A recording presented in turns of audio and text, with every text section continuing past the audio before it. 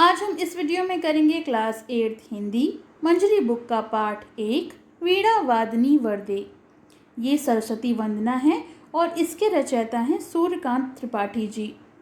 इस पाठ में सरस्वती की वंदना करते हुए कवि ने अज्ञानता को दूर करने तथा नव चेतना का प्रकाश फैलाने की कामना की है।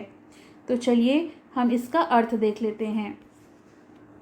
वीणा वादनी वरदे से लेकर जग कर दे, तो इसके शब्दार्थ देख लेते हैं।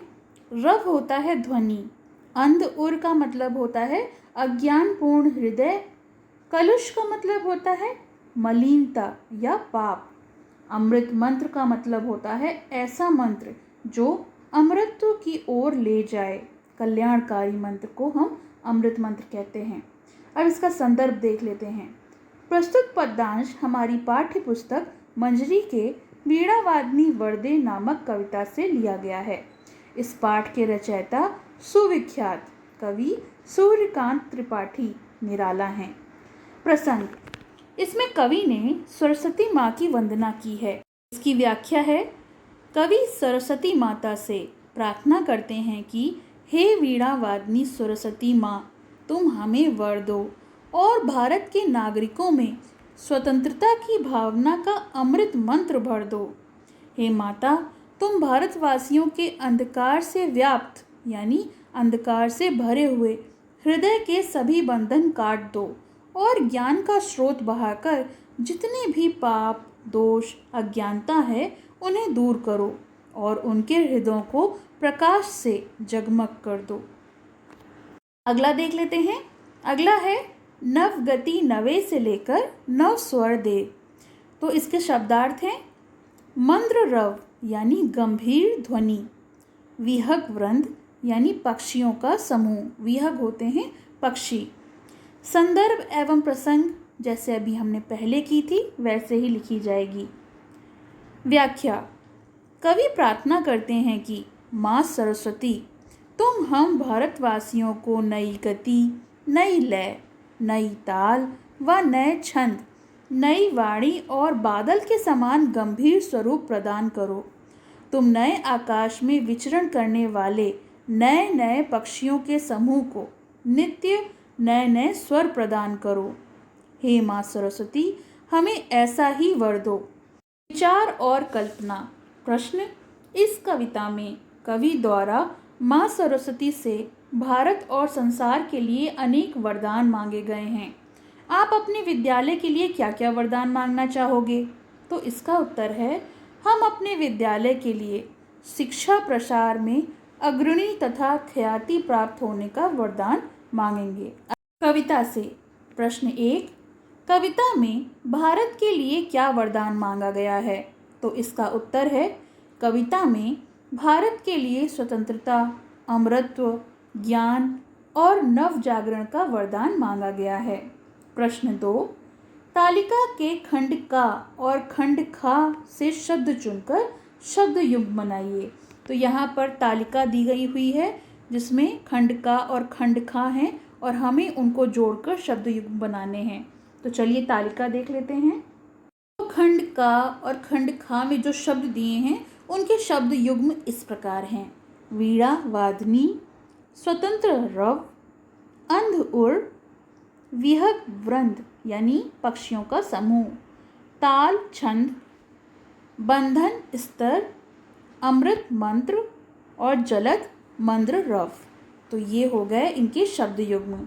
अगला प्रश्न, प्रश्न 3, पंक्तियों का भाव स्पष्ट कीजिए। तो यहाँ पंक्तियाँ दी गई हैं जिनका भाव हमें स्पष्ट करना है कि उसका अर्थ क्या होता है। पहला है, काठ अंध उर के बंधन स्तर, बहा जननी ज्योतिर्मय निर्झर। तो इसका भाव होगा, अज्ञानी पुरुषों का अज्ञान दूर करो और ज्ञान का स्रोत बहा दो। दूसरा है, कलुष भेद तम हर, प्रकाश भर जगमग जग कर दे, यानी जितने भी पाप, दोष तथा अज्ञानता है, कलुष भेद यानी पाप और दोष, उन्हें दूर करें और ज्ञान के प्रकाश से संसार को जगमग कर दें।